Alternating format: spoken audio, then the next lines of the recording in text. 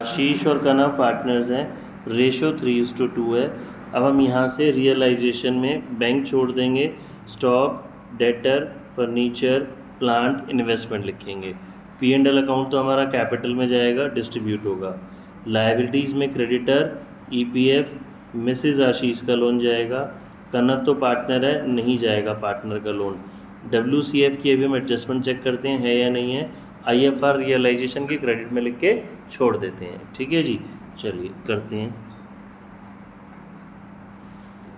इतना काम करते हैं, फिर एडजस्टमेंट्स को चेक करेंगे।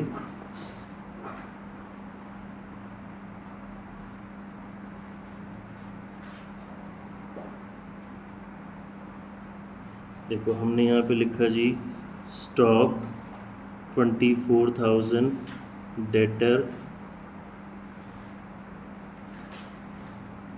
19,000, फर्नीचर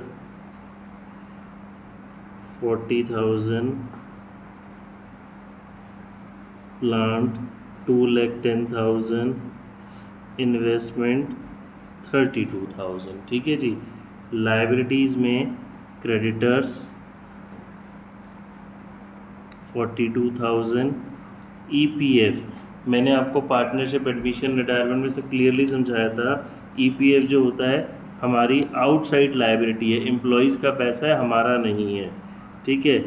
मिसेस आशीष का लोन ये 9,000 है, पार्टनर का लोन आएगा नहीं, IFR आएगा, IFR 4,000।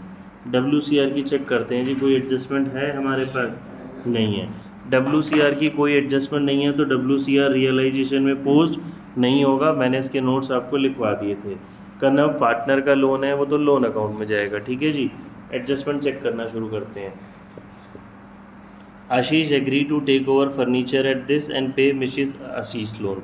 ये दोनों आशीष कर रहे थे तो आशीष के नाम से, तो क्रेडिट साइड में बाय आशीष कैपिटल अकाउंट फर्नीचर ले गया 38,000 में, और मिसेस का लोन भी पे कर रहा है, तो डेबिट में to Ashish capital account bracket में मिसेस का लोन 9,000। फिर जो डेटर्स हैं इतने में रियलाइज़ हुए, प्लान 10% ज़्यादा में रियलाइज़ हुए, तो रियलाइज़ मतलब सेल हो गए, तो ये मेरे पास आएगा बैंक के नाम से। डेटर्स में मैंने लिखा 18,500 और प्लांट 10% मोर। प्लांट देखो बच्चे जी 2,10,000 का था, 10% ज़्यादा यानी कि 21,000 निकालेंगे, इसमें प्लस करके यहाँ सेल कर देंगे। कितने के? 2,31,000। ठीक है। Kanav took over 40% of the stock at 20% less. इसको हम समझ लेते हैं जी। स्टॉक मेरे पास 24,000 रुपीज़ का था, ठीक है, 24,000 का था स्टॉक, तो हम वर्किंग में इसको लिखते हैं, समझते हैं।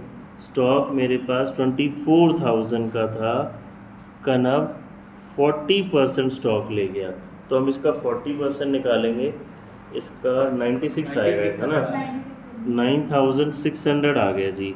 ये वो ले गया 20% डिस्काउंट में, तो 96 इंटू ये, तो डिस्काउंट हमने क्या कर दिया जी, माइनस।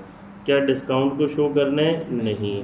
96 माइनस ये 7680। ये जो स्टॉक है कनव ले गया, तो ये रियलाइजेशन के क्रेडिट में कनव के नाम से आएगा। अच्छा, रिमेनिंग स्टॉक 10% गेन में बिका, महंगा बिका, तो यानी कि 60% बचा था ना मेरे पास, तो 24,000 का 60% निकाला 14,400, 10% गेन इसमें मैं प्लस कर दूंगा 840, ये सेल हो गया। तो इसको तो यहीं पे जहाँ हम सेल वाली चीज़ें लिख रहे थे यहाँ लिख दो 15,840। इसको अभी हम लिखते हैं, अभी कनव के नाम से लिखेंगे बचा हुआ। ठीक है भाई। अब आगे इन्वेस्टमेंट फुल दिस, ठीक है। तो स्टॉक को लिखने से पहले मैं बैंक की पहले सारी चीज़ें चेक कर लेता हूँ। स्टॉक हो गया, डेटर हो गया, फर्नीचर ये चला गया, प्लांट हो गया। इन्वेस्टमेंट के लिए आई थिंक क्वेश्चन साइलेंट है ना, इन्वेस्टमेंट क्रेडिटर को दे दिए, ठीक है जी। चलो, तो ये इन तीनों का टोटल बाहर लिखते हैं, और एक कनव ले गया, तो बाय कनव्स कैपिटल अकाउंट ब्रैकेट में स्टॉक, इन तीनों का हमारे पास टोटल आ जाएगा 18,500 टू 6 हाँ 5 3 5340। 4 0। और बैंक में लाइबिलिटीज़ के लिए पॉइंट नंबर बच्चे डी में क्या कह रहा है हमारे पास, sundry creditors to cover investment in full settlement. Creditors, ये जो क्रेडिटर्स हैं ये इन्वेस्टमेंट ले गए फुल सेटलमेंट में। जब एसेट्स के बदले में लायबिलिटी जाती है या लायबिलिटी को एसेट्स देते हो, कुछ भी लैंग्वेज आप यूज़ करो, तो इसको हम रिकॉर्ड नहीं करते। ये तो आपस में कैंसिल हो गए, ठीक है जी। लास्ट पॉइंट बचा है, और कोई लायबिलिटी ईपीएफ रह गया है ना, मिसिज ए का लोन हो गया था, ईपीएफ के लिए क्वेश्चन साइलेंट है। तो पहले हम ये वाला सारा काम कर रहे हैं, फिर लास्ट पॉइंट पे आएंगे। ईपीएफ पेमेंट करनी कंपलसरी है क्योंकि आउटसाइड लायबिलिटी है, ठीक है जी। अब डन है इतना, लास्ट पॉइंट पे आओ। लास्ट पॉइंट में कहता है Kanav agree to take over responsibility of completing dissolution process at a agreed remuneration of 12,000। Kanav को आप एक फिक्स्ड रेम्युनरेशन यानी सैलरी काइंड ऑफ दे रहे हो 12,000, वो डिसोल्यूशन का सारा प्रोसेस करेगा और रियलाइजेशन एक्सपेंसेस को बियर करेगा, ठीक है जी। यानी कि रियलाइजेशन एक्सपेंसेस उसी को उठाने हैं, और एक्चुअल में खर्चा कितना हुआ रियलाइजेशन का 8,000। अब सुनो, जैसे हम घर में कई बार काम कराते हैं, कुछ भी कंस्ट्रक्शन का या कुछ भी प्लम्बिंग का, तो हम कई बार क्या करते हैं, लेबर से या जो भी वो काम करने आता है वर्कर से, उससे एक फ़िक्स्ड अमाउंट तय कर लेते हैं कि फ़िक्स अमाउंट हमने आपको इतना देना है, ज़्यादा लगे तो भी आपका, कम लगे तो भी आपका। लेमन भाषा में जैसे नहीं बोलते, हमने काम ठेके पे दे दिया भैया, सामान लेबर सब कुछ आपका, हमारी सिरदर्दी ख़त्म। तो यहाँ पे यही हुआ, कनव को रिस्पॉन्सिबिलिटी दी गई है जी 12,000 रुपये की, और उसको रियलाइजेशन का खर्चा भी उठाना है इसमें, और एक्चुअल में खर्चा कितना हुआ है 8,000। तो क्या हमें 8,000 से मतलब होगा 12,000 से? 12,000 से, बिकॉज मेरी पॉकेट से तो 12,000 निकले, मैंने तो उसको 12,000 में बोला था आपको रियलाइजेशन का एक्सपेंसेस, सामान बेचना, सब कुछ काम कराना है। अब उसके 8 लगें चाहे 20 लगें, हमें उस बात से कोई मतलब नहीं है। तो हम यहाँ पे रियलाइजेशन में सिर्फ 12,000 की एंट्री करेंगे, ठीक है, कनव के नाम से। क्योंकि ये एक्सपेंसेस की बात हो रही है तो डेबिट में आ जाएगा टू कनव्स कैपिटल अकाउंट 20,000, ये एक्सपेंसेस हो गया। सॉरी 12, वो मैंने 20 का एग्जांपल दिया था वही लिख दिया, 12,000। अब 8,000 का कुछ नहीं करना बच्चे, ठीक है, टोटल करेंगे, गेन और लॉस आ जाएगा मेरे पास। गेन आ रहा है, गेन आएगा बट चेक कर लिया तूने? अमाउंट गेन आएगा इतना, चेक करते हैं बच्चे एक बारी। 42,000, 60,000। ऑनलाइन वाले किसी को कोई डाउट हो प्लीज़ अनम्यूट करके पूछ लेना। एक बार डी वाला पॉइंट फिर से समझा दो।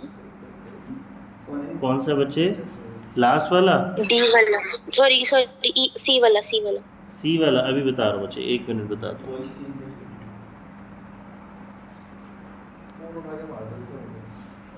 अभी बता रहा हूँ बच्चे, ठीक है। अब हम इसमें से इसको सब्ट्रैक्ट करते हैं।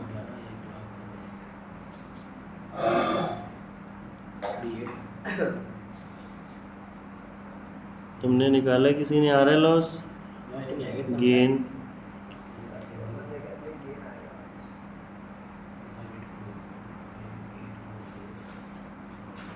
आ गया जी, सेम आ रहा है, हमारा मैच कर गया ये।